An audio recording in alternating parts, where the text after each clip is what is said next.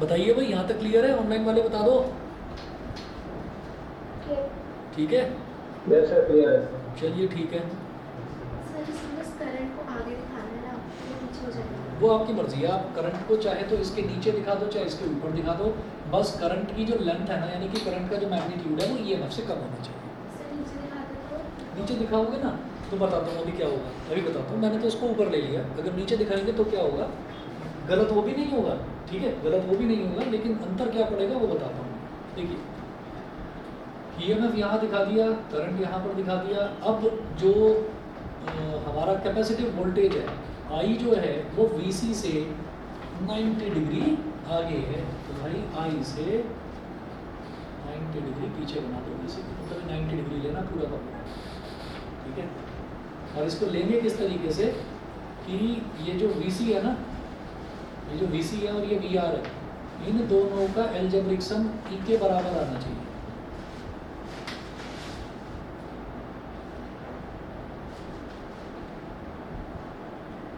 इन दोनों का algebraic sum ई के बराबर आना चाहिए। तो अगर मैं ईएमएफ करंट को यहाँ पर ले लूँगा ना, यहाँ पर ना लेकर यहाँ पर दिखा दूंगा, तो मैं उसका algebraic sum by parallelogram rule दिखा नहीं पाऊंगा। तो इस वजह से हम ये इस तरह से करते हैं। तो ये हमारे पास आ गया 90 डिग्री, तो करंट से आई से 90 डिग्री ये पीछे है 20। तो ये इसका फेजर डायग्राम हो गया, ठीक। अच्छा हाँ हाँ बिल्कुल, फेजर डायग्राम तो मोस्ट इम्पॉर्टेंट है और लिखा हुआ भी है उसमें। जो एलसीआर सर्किट है उसके आगे आप डायग्राम, उसका सिलेबस में आप देखना, उस पर लिखा हुआ था फेजर डायग्राम, ये लिखा हुआ है स्पेसिफिकली लिखा हुआ। उसके बाद आप ये देखिए by parallelogram law of vector addition,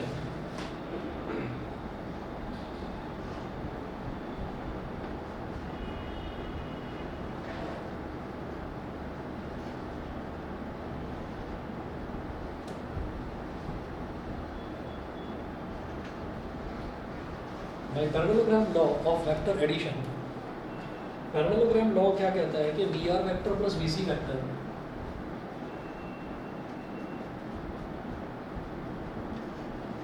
ये जो वी आर वेक्टर और ये जो वी सी वेक्टर है, इन दोनों का एल्जेब्रिक सम किसके बराबर हो जाएगा, ई वेक्टर के बराबर, ठीक है। V R vector plus V C vector is equal to E vector using Pythagoras theorem.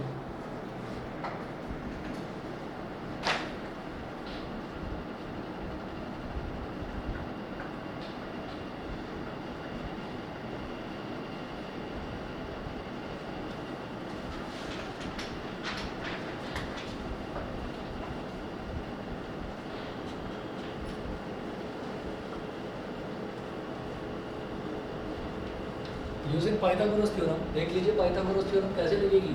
आप ये देखो कि ये ई है, ठीक है, और ये वाला एंगल भी तो 90 डिग्री है, तो ये अगर मेरा एक तरह से बेस हो गया तो ये परपेंडिकुलर हो गया, यानी कि वी आर जो है, वी आर को इधर आप शिफ्ट कर दो, तो वी सी का स्क्वायर प्लस वी आर का स्क्वायर इज इक्वल टू ई का स्क्वायर, ठीक है। तो क्या लिखेंगे, वी सी का जो मैक्सिमम मैग्नीट्यूड है, मैक्सिमम जो एम्पलीट्यूड है उसका वो कितना हो जाएगा, वी नॉट सी,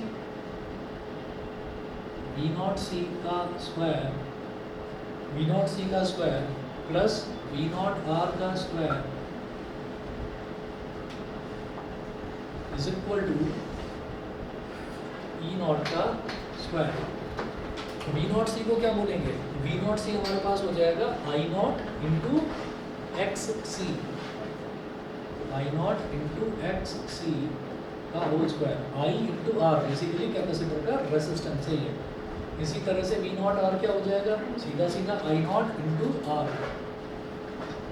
का होल स्क्वायर, और ई नॉट क्या हो जाएगा, I naught into Z, Z क्या हो गया, पूरे के पूरे सर्किट का इम्पीडेंस। तो यहाँ से मैंने क्या देखा कि I naught square X C square plus I naught square R square is equal to I naught square Z square. Left hand side में आई नॉट स्क्वायर कॉमन लिया, X C square plus R square is equal to I naught square Z square, I naught square से I naught square cancel out हो गया, तो Z is equal to under root R square plus X C square. तो ये तो हमारा impedance आ गया। Impedance निकालने का तरीका बिल्कुल सेम वही जो आर एल सीरीज सर्किट का था, उसमें आपका आर स्क्वायर के साथ में एक्स एल स्क्वायर आ रहा था, यहाँ पर एक्स सी स्क्वायर आ गया। इसके बाद में देखिएगा, उसके बाद में देखिएगा कि यहाँ पर अगर करंट की वैल्यू निकाली जाएगी तो वो कैसे निकालेंगे? आई नॉट निकालना होगा तो I naught will be equal to E naught upon Z. तो I naught is equal to E naught upon Z की वैल्यू सीधा सीधा डालिए, under root R square plus X C, under root R square plus X C square.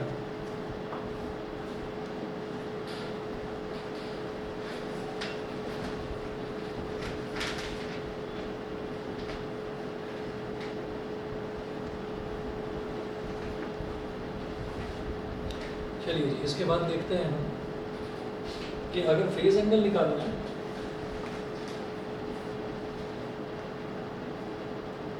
Phase angle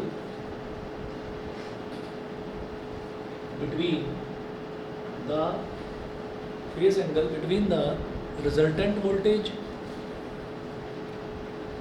phase angle between the resultant voltage and current is given by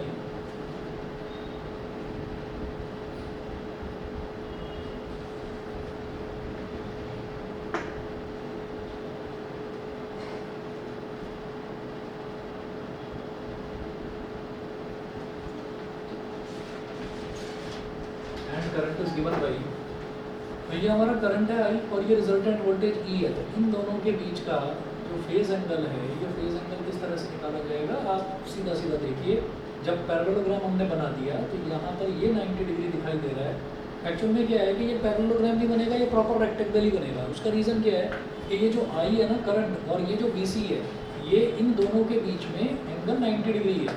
तो भाई अगर किसी parallelogram में 90 degree का एक भी एंगल होता है तो वो सबको 90 डिग्री बना देता है, समझ गए?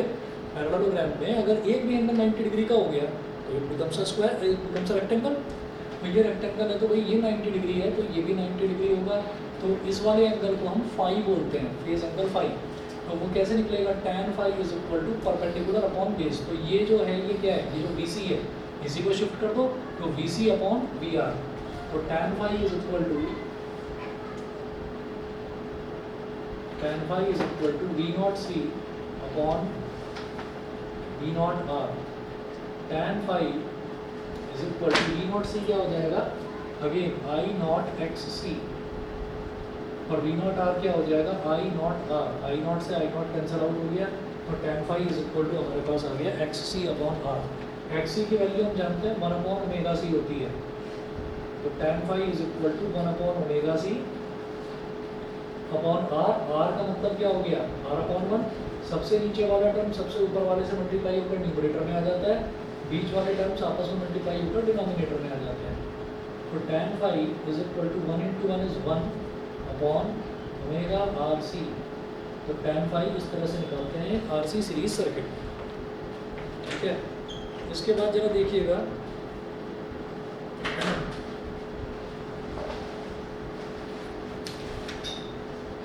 इसके बाद एक क्वेश्चन करवाऊंगा आपको मैं इसका। हाँ, cos फाई निकलेगा बेस अपॉन हाइपोटेन्यूज करके। अब बेस कितना है? वी आर, और हाइपोटेन्यूज कितना है? 90 के सामने वाला ई, ठीक है? जरूरत पड़ेगी किसी क्वेश्चन में तो निकालेंगे, नहीं तो नहीं।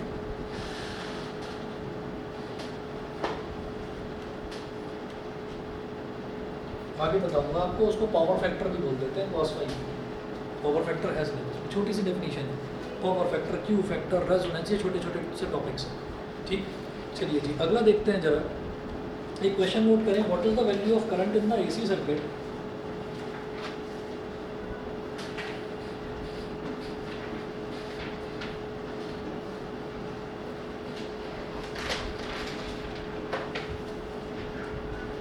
What is the value of current in the AC circuit containing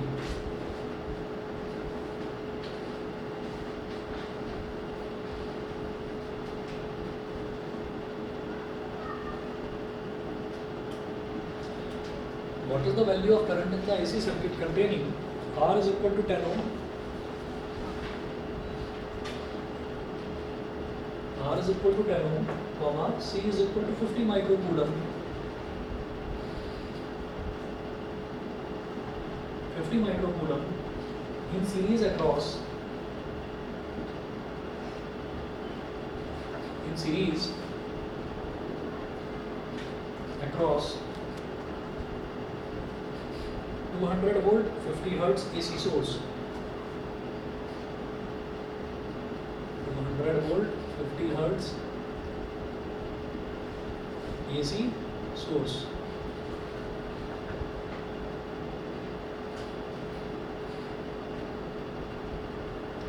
So what is the value of current in the AC circuit containing R is equal to this? अच्छा, तो इन्होंने साफ साफ बता दिया कि भाई RC सीरीज सर्किट की बात हो रही है, तो आप ये देखिएगा ये R हो गया और सीरीज में कैपेसिटेंस जुड़ा हुआ है C in series across 200 volt. अब ये आपको समझ में आ गया होगा, अगर 200 वोल्ट की बात हो रही है तो क्या हो रहा है, ERMS की बात हो रही है. तो ERMS is equal to 200 volt. Frequency F कितना दे रखा है 50 हर्ट्ज, रेजिस्टेंस R कितना दे रखा है 10 ओम और कैपेसिटेंस C दे रखा है 15 माइक्रो कूलम. माइक्रो का मतलब होता है 10 की पावर -6 माइक्रो फैराड. ठीक. अच्छा, अब वो क्या पूछ रहे हैं, what is the value of current in the AC circuit. तो करंट की आपको वैल्यू निकालनी है. वो करंट पूछ रहे हैं ना AC सर्किट में, यानी कि IRMS निकालना है. IRMS निकलेगा कैसे, I निकालने का सिंपल सा फंडा ये है कि भाई आपको I not is equal to E not upon Z है. इसका मतलब क्या हो गया कि IRMS is equal to ERMS upon Z होगा. ठीक है, Z निकाल लोगे, Z निकालने का ये फंडा है. ठीक, देखिए मैं सीधा लिख रहा हूँ यहाँ पर Z is equal to under root R square plus X C square. तो अंडर रूट R कितना हो गया 10, तो 10 का स्क्वायर और XC के लिए क्या लिखेंगे बेटा आप 1 अपॉन ओमेगा C होता है XC. ओमेगा की जगह आप वैल्यू डालेंगे 2 पाई F 2 इंटू 3.14 इंटू F कितना है 50 हर्ट्ज और C की वैल्यू 50 इंटू 10 की पावर -6. इसका होल स्क्वायर करके Z निकालना और उसको ERMS से डिवाइड कर देना. ठीक है, मैं इतना करके छोड़ रहा हूँ, आंसर बता रहा हूँ, खुद चेक करना ये सही है या नहीं है. और CBSE में ये 93 में है, तो ज़रा 20 ज़्यादा ही पुराना है तो ज़्यादा पुराना, पर 93 में आ चुका है. 3.10 एम्पियर आ रहा है करंट की वैल्यू. आंसर लिख रहा हूँ सीधा, IRMS जो है वो है 3.10 एम्पियर. ठीक है, ये है. आप ट्राई करना इसको.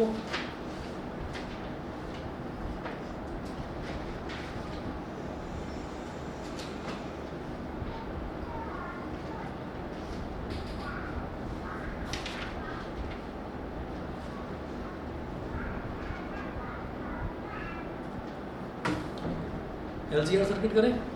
ठीक है, इसमें सीधे ऐसी डायरेक्ट एप्लीकेशन वाले क्वेश्चन है, जैसे हमने RL वाले करे हैं वैसे ही है, कोई जैसा दिक्कत आएगी नहीं इसमें. आए ना तो डेफिनेटली आप मेरे से पूछना जरूर. ठीक है, कोई भी क्वेश्चन इसका ट्राई करना, RC का RL का पूछना. मैं LCR सर्किट करा रहा हूँ. अच्छा, कल की छुट्टी है क्या सभी की? छुट्टी है स्कूल की? तुम्हारी है? अभी तक कोई नोटिस नहीं आया. तुम्हारी नहीं है शायद. ऐसा भी कुछ होता है क्या, एक ही क्लास में एक ही सेक्शन के एक बच्चे की छुट्टी? टूर्नामेंट है तो इसलिए स्कूल बुला सर रहे की हैं. वॉलीबॉल की प्रैक्टिस चल रही है. हाँ जी बोलिए. तो हमारे स्कूल पर अभी तक कोई नोटिस नहीं आया. हो सकता है वैसे आ जाना चाहिए. रामनवमी भी है ना शायद कल तो. रामनवमी की तो छुट्टी होती है. सर सुबह ले लीजिए, मुझे ना 11 बजे तक नहीं मैं जाना. यही सोच रहा था. मैं मैथ्स के लिए नहीं कह रहा हूँ, सुबह नहीं सर. मैं मैथ्स के लिए नहीं कह रहा हूँ. मैथ्स की तो रेगुलर अपने टाइम पर है. सुबह नहीं, क्यों? सुबह वो है क्या कहते हैं रात में पबजी खेलना होगा बहुत देर तक. सर, रात सुबह वो कंजर. कंजर. अच्छा कंजर. अच्छा, तो 10-11 बजे तक फ्री हो जाओगे. सर 12 बजे बाद. सर मैं मेरा मतलब वही बीजी है भाई, नहीं खेलता, फ्री फायर. कुछ नहीं होता. बैठे रहो. वो ये बता रहे हैं, देखो देखो देखो बता रहा है और कह रहा है कि मैं नहीं खेलता. ठीक है, एक्सप्लेन कर रहा है फुल फॉर्म में. 12 बजे बाद. उसके 12 बजे बाद. 12 बजे का 1 बजे रख लूँ हाँ. तो फिर तो मैथ्स वाली भी गायब, फिर तो कोई ऑप्शन ही नहीं है ना. मैं 1 बजे रख लेता हूँ बस. ठीक. बहुत गर्मी होती है. अरे आजकल प्लेजेंट वेदर है, आजकल कहाँ गर्मी है क्या रुद्राक्ष. चलो मैं देख लूँगा. अभी मैं बाकी स्टूडेंट से भी देखता हूँ. सर देख लो. आप से पहले मेरी 1 क्लास बच जाएगी. अरे वो सुबह पूजन है ना, कहीं उसके घर पे भी पूजा है. पूजा में लगी सर कल आप एक्स्ट्रा क्लास लोगे तो 9 बजे वाली ही लोगे ना? हाँ हाँ वही वाली तो फिजिक्स का बता रहा हूँ मैं आपको वही रात में रखेगा। रात में एक्चुअली क्या है कि शोर शराबा होगा सर यहाँ पे थोड़ी ये चलता है ना। अब वो बराबर में वो रामलीला भी है वो वॉल्यूम और ज़्यादा बढ़ा रहे हैं आजकल। और कोई बात नहीं है आप कहेंगे तो रात में रख लेंगे। सर रात में। कब तक तुम तो आ जाओगे तब तक? हाँ, सर रात तक आ जाएंगे। ठीक है तो अपना वही टाइम जो रेगुलर टाइम है उसी टाइम 5:30 तो मैथ्स की होगी तुम्हारी एक क्लास तो जानी है ना तो वो मैथ्स की तो चली जाएगी कोई बात नहीं फिजिक्स की वही रख लो हमारा टूर्नामेंट भी हो जाएगा हमारी पूजा भी हो जाएगी है ना उसकी भी हो जाएगी आ जाए 9 बजे चलिए जी लिखिएगा series LCR circuit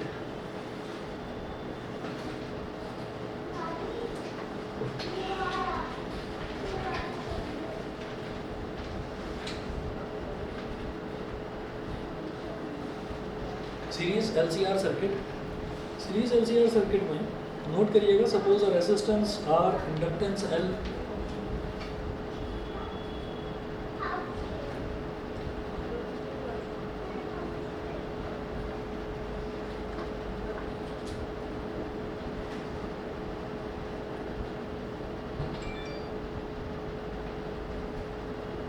suppose a resistance R inductance L and capacitance C are connected in series.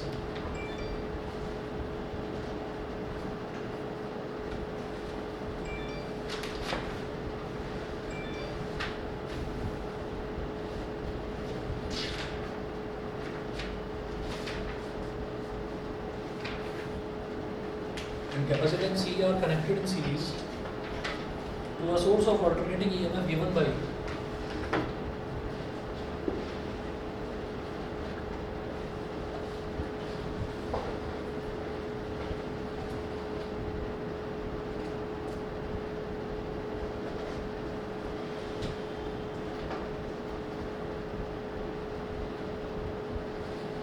E is equal to E naught sin omega t to a source of alternating EMF given by E is equal to E naught sin omega t.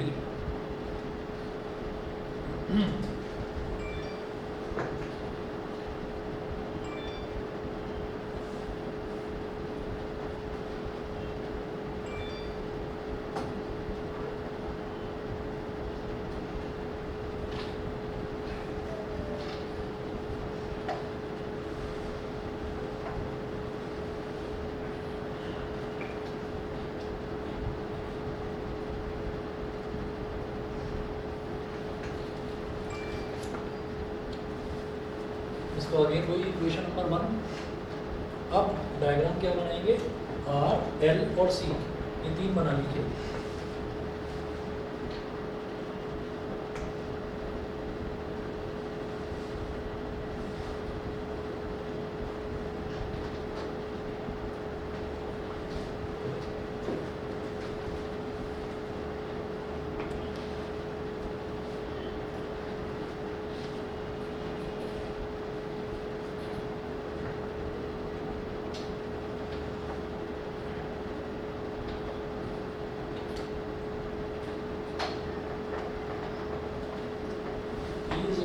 Not sine omega T अब R जो है current तो सभी के लिए same ही होगा क्योंकि तीनों के तीनों सीरीज में है तो मैंने ये कहा कि VR इस तरह से है I ऐसे लिखा तो I और VR तो यहाँ पर तो दोनों के दोनों सेम फेज में होंगे इसमें क्या होता है कि current lags behind the voltage तो करंट जो है वो वोल्टेज के पीछे रह जाता है तो करंट को थोड़ा नीचे दिखाएंगे ऐसे और VL को ऐसे दिखाएंगे ऊपर की तरफ 90 डिग्री करंट को तो इसी डायरेक्शन में दिखाना ज़रूरी है क्योंकि करंट सीरीज में सेम रहता है ये हमारा कैपेसिटेंस है C तो करंट को यहाँ पर भी ऐसे ही दिखाएंगे current Leeds ahead the voltage तो इसका मतलब यहाँ वोल्टेज को पीछे दिखा देंगे VC पीछे और I उससे 90 डिग्री आगे लीड्स अहेड द वोल्टेज ठीक है तो ये हमारा RLC हो गया रेसिस्टेंस इंडक्टेंस और कैपेसिटेंस तीनों को हमने सीरीज में जोड़ दिया इसके बाद देखिएगा कि here voltage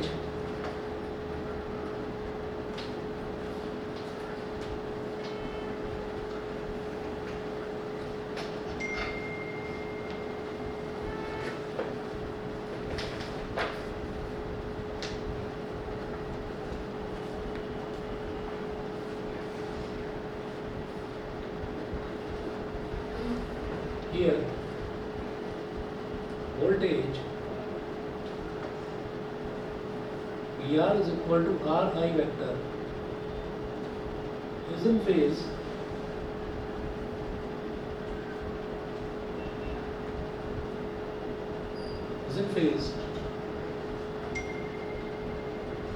with current I. Second, voltage across inductor VL is equal to क्या होता है XL I वेक्टर ये वाली जो वोल्टेज है एक्चुअली इसमें करंट लैग बिहाइंड करता है तो वोल्टेज लीड अहेड करेगी, वोल्टेज उससे आगे होगी। तो voltage across inductor VL is ahead of current I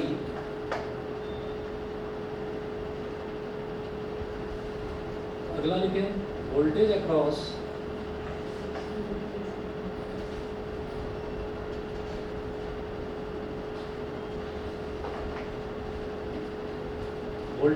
capacitor,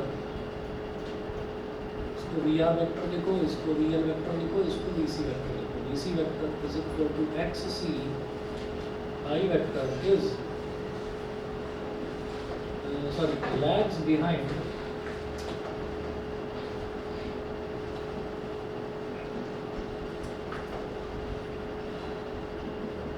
the current I। तो ये तीनों के आपने वोल्टेजेस के बारे में मेंशन कर दिया है। इसके बाद में सीधा फेजर डायग्राम बनाएंगे। अब फेजर डायग्राम इसका समझने वाला होगा, ये मैं मिटा रहा हूँ इधर से। हाँ अभी देखो,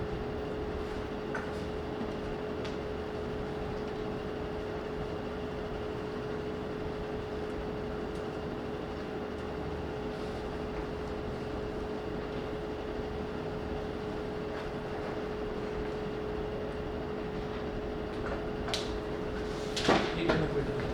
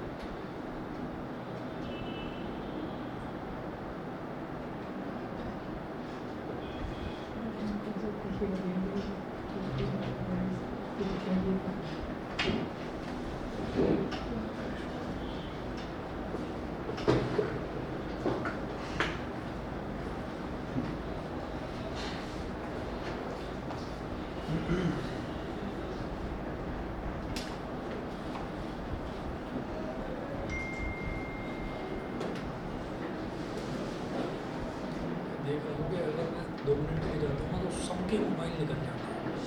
मतलब मोबाइल का ऐसा वो हो गया, बिल्कुल एक ये बैठा है शरीफ, एक ये बैठा है, ठीक है। अच्छा बताऊँ, अभी अभी मैं गया हुआ था तो एकदम से वो पॉकेट में से निकाला, बैग की पॉकेट में, ये बहुत शरीफ।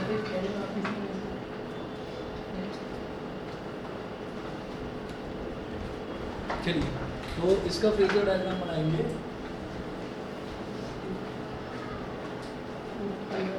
इसका फेजर डायग्राम देखिएगा, हमें जो बेसिक चीज़ है वो याद रखनी है कि जो हमारा जो EMF है, जो नॉट साइन ओमेगा टी, वो वहीं पर रहेगा फर्स्ट पार्ट में। अच्छा, डायग्राम बनाने के लिए एक चीज़ बस ये याद रखनी पड़ेगी कि इस बार जो E है ना, इनको थोड़ा सा वाई एक्सिस के नज़दीक बनाएंगे फर्स्ट में ही, लेकिन वाई एक्सिस के नज़दीक बना देना थोड़ा सा, मतलब ऐसे करना। ये हो गया, कुछ सोच समझ कर बनाया है ऐसा, देखिएगा ये E हो गया। उसके बाद जो हम करंट लेते हैं ना I, वो सबसे पहले लेते हैं हम, जब I करंट लेते हैं तो I और VR ये दोनों तो सेम लाइन में ही होंगे, ठीक है। तो I और VR ये मैंने इससे थोड़ा सा ऐसे बना दिया,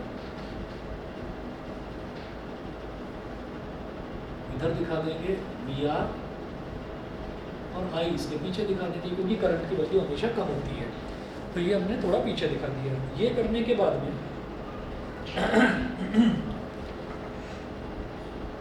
ये एंगल हमने ले लिया फाई, ठीक है। अब जरा देखिएगा कि जब हम इंडक्टेंस की बात करते हैं तो इंडक्टर के अक्रॉस जो वोल्टेज होता है ना, और कैपेसिटर के अक्रॉस जो वोल्टेज होता है, तो इंडक्टर के अक्रॉस जो वोल्टेज होता है वो वोल्टेज जो है वो हमेशा ज़्यादा ही होता है, ठीक। वो वोल्टेज ज़्यादा इस वजह से होता है क्योंकि आप ये देखिएगा कि अगर मैं V=IR की बात करूँ, V=IR की बात करूँ, तो ये जो R वाली वैल्यू है, ये R वाली वैल्यू बड़ी होती है इंडक्टर के केस में। इंडक्टर जो है, इंडक्टर हार्डली मतलब एडमिट करता है करंट को, करता है लेकिन मतलब बहुत कम करता है। तो आप ये देखिएगा कि V=IR हो गया, कि V=IXL हो गया, सॉरी VL=IXL हो गया, तो ये XL की वैल्यू बड़ी होती है। तो जब ये I में मल्टीप्लाई होगी तो VL बड़ा बनेगा, ठीक है। तो इसका मतलब मुझे VL को बड़ा बनाना है। अब VL जो है वो I से 90 डिग्री आगे है, तो I से 90 डिग्री आगे आप VL बना दीजिए ऐसे।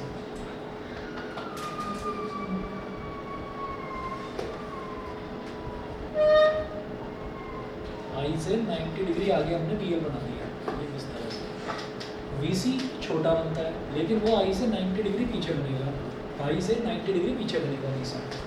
अब एक चीज़ और ध्यान रखनी है कि भाई जो हमारा एल्जेब्रिक सम है ना, एल्जेब्रिक सम यानी कि जो हमारा रिजल्टेंट बनेगा इन तीनों वोल्टेजेस का, इसका वो E के बराबर होना चाहिए, ठीक। तो वो कैसे करेंगे भाई, पैरेललोग्राम रूल जो था वेक्टर एडिशन का, वो 2 वेक्टर्स में तो लगाया जा सकता था, अभी तो 3 वेक्टर है मेरे पास, एक VR है, एक VL है, एक VC है। तो क्या करेंगे, तो पहले तो ना इसको ऐसे कर लो, ऐसे कर लो, और उसके बाद इसको ऐसे जोड़ लो, मतलब आप पैरेललोग्राम अपने आप से कर लो कंप्लीट पहले।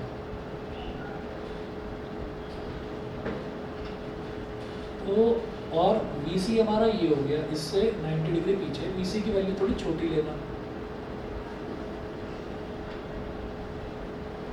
ये समझ में आ गया। ये I से 90 डिग्री आगे, ये I से 90 डिग्री पीछे। ये जो बनाया है, ये क्या बनाया है ये समझिए आप।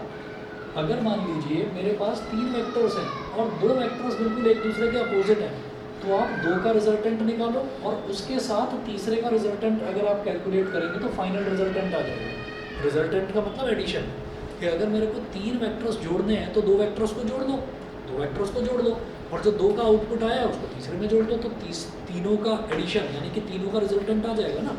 तो VL की वैल्यू हमेशा बड़ी होती है, VC की वैल्यू हमेशा छोटी होती है। तो इन दोनों का जो एडिशन बनेगा, VL इस डायरेक्शन में, VC इस डायरेक्शन में, तो VL को अगर पॉजिटिव ले लें तो प्लस VC को नेगेटिव लेना पड़ेगा, क्योंकि VL इस डायरेक्शन में और VC जस्ट उसके अपोजिट डायरेक्शन में। तो दोनों का एडिशन क्या हो जाएगा, VL माइनस VC।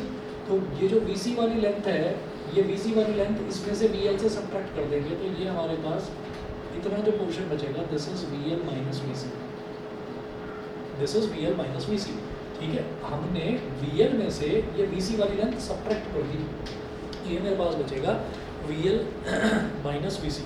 नहीं समझे भाई? अगर मेरे को कोई भी दो वेक्टर्स ऐड करने होते हैं, जैसे मान लीजिए एक वेक्टर ये है, ए वेक्टर और एक वेक्टर ये है, उसको मैंने बोल दिया बी वेक्टर। आपसे कोई कह दे कि इन दोनों को ऐड कर दो, ऐड करना मतलब इन दोनों का रिजल्टेंट निकाल दो। आप कहेंगे भाई ऐड नहीं होंगे, सब्ट्रैक्ट होंगे। क्यों? क्योंकि एक इस डायरेक्शन में है, दूसरा उस डायरेक्शन में है। तो अगर इसको पॉजिटिव माना तो इसको नेगेटिव मानना पड़ेगा। ए प्लस माइनस बी वेक्टर, तो रिजल्ट क्या आ गया? ए vector minus B vector.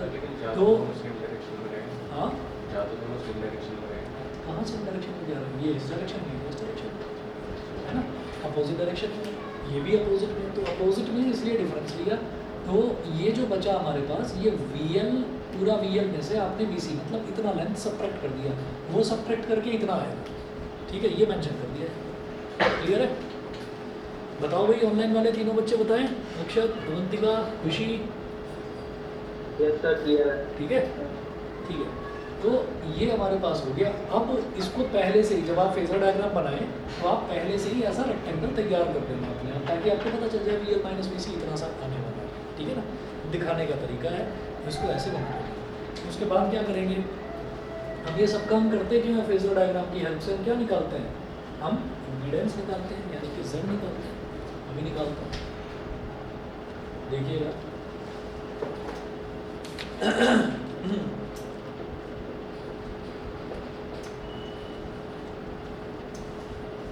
By parallelogram rule of vector addition,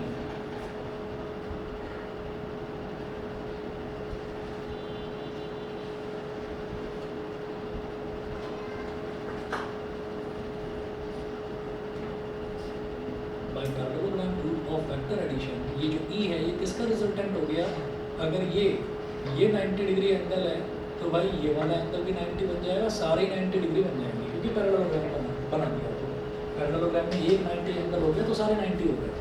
तो आप ये देखिएगा कि ये VR है इतना, तो ये VL माइनस VC एग्जैक्टली यहाँ पर भी तो VL माइनस VC आ जाएगा। ठीक है, तो VR vector plus VL minus VC vector, तो E vector is equal to VR vector plus VL vector minus VC vector. ये हो गया बाई पाइथागोरस थ्योरम।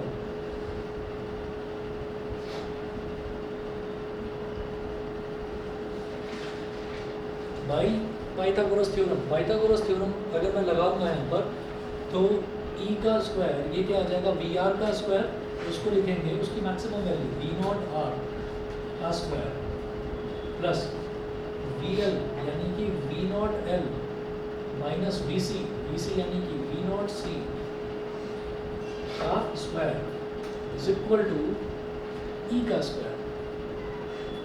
तो E को क्या बोलेंगे? E0, मैक्सिमम वैल्यू ले रहे हैं, सबका एम्पलीट्यूड दे रहे हैं। एम्पलीट्यूड यानी कि मैक्सिमम मैग्नीट्यूड वो ले रहे हैं।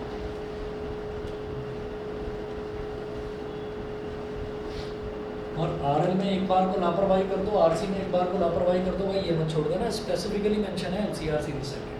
ठीक है, तो ये आएगा, ये आएगा। 2-3 टॉपिक्स हैं जो थ्योरेटिकल जो टॉपिक्स हैं वो पेपर में सीधे सीधे आ सकते हैं। LCR, ट्रांसफार्मर और आपका जो तीसरा है जनरेटर। इन तीनों में से कोई ना कोई एक टॉपिक छपा है आपको पेपर में मिल जाएगा। ठीक है, साथ में न्यूमेरिकल भी आते हैं इसमें। न्यूमेरिकल जितने हमने करे हैं वो, और अभी पावर फैक्टर के, LCR के, इसके भी करें। ठीक है, वो भी आपको आसानी लगेंगे, डायरेक्ट वैल्यू बेस्ड। चलिए देखिएगा क्या बोल रहे हैं। बचा कितना है वाला? ये आखिरी टॉपिक है? नहीं, इसके बाद में आपका है ट्रांसफार्मर और जनरेटर, 2 टॉपिक और हैं। ठीक है जनरेटर तो शायद हम नेक्स्ट कोर्स में कर रहे हैं। बेटा मैंने ना अभी सिलेबस खोल कर देखा था, 1 मिनट रुक जाओ, इसमें फिर से वेरीफाई कर लूँ। AC जनरेटर और ट्रांसफार्मर बेटा दोनों हैं सिलेबस में। ओके, हाँ, उसके बाद छोटे छोटे टॉपिक्स हैं। LCR के बाद में रेजोनेंस है, फिर पावर है, फिर पावर फैक्टर है। पावर फैक्टर कुछ नहीं, कॉस पाई होता है। फिर वाटलेस करंट है ना, और AC जनरेटर, ट्रांसफार्मर। तो ये तो छोटे छोटे सब टॉपिक्स हैं जो LCR के साथ में वो ना चिपका कर दे देंगे क्वेश्चन में। चलिए इसको देखते हैं ज़रा। ये मेरे पास हो गया I naught V naught R को क्या लिखेंगे, आई नॉट आर का स्क्वायर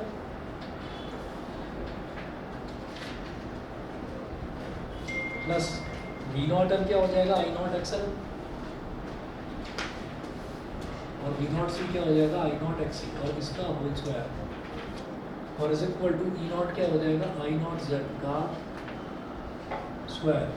तो भाई ये क्या हो गया, I naught square R square, इधर ब्रैकेट में आई नॉट कॉमन ले लिया, ब्रैकेट में क्या बचा, X L minus X C whole square is equal to I naught square Z square, I naught square R square plus I naught square into X L minus XC का whole square is equal to I naught square Z square, left में I naught square लिया common, bracket में बचा R square plus XL minus XC का whole square is equal to I naught square Z square, I naught square से I naught square cut गया। तो भाई Z की वैल्यू सीधे सीधे क्या आ गई, R square plus XL minus XC का होल स्क्वायर और इसका अंडर रूट, ये हमारे पास इम्पीडेंस आ गया एक एलसीआर सीरीज सर्किट का।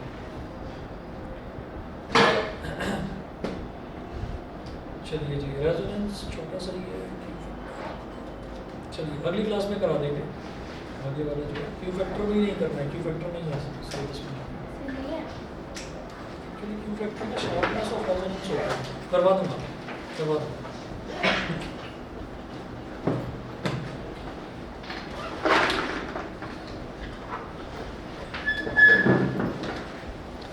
ठीक है, कल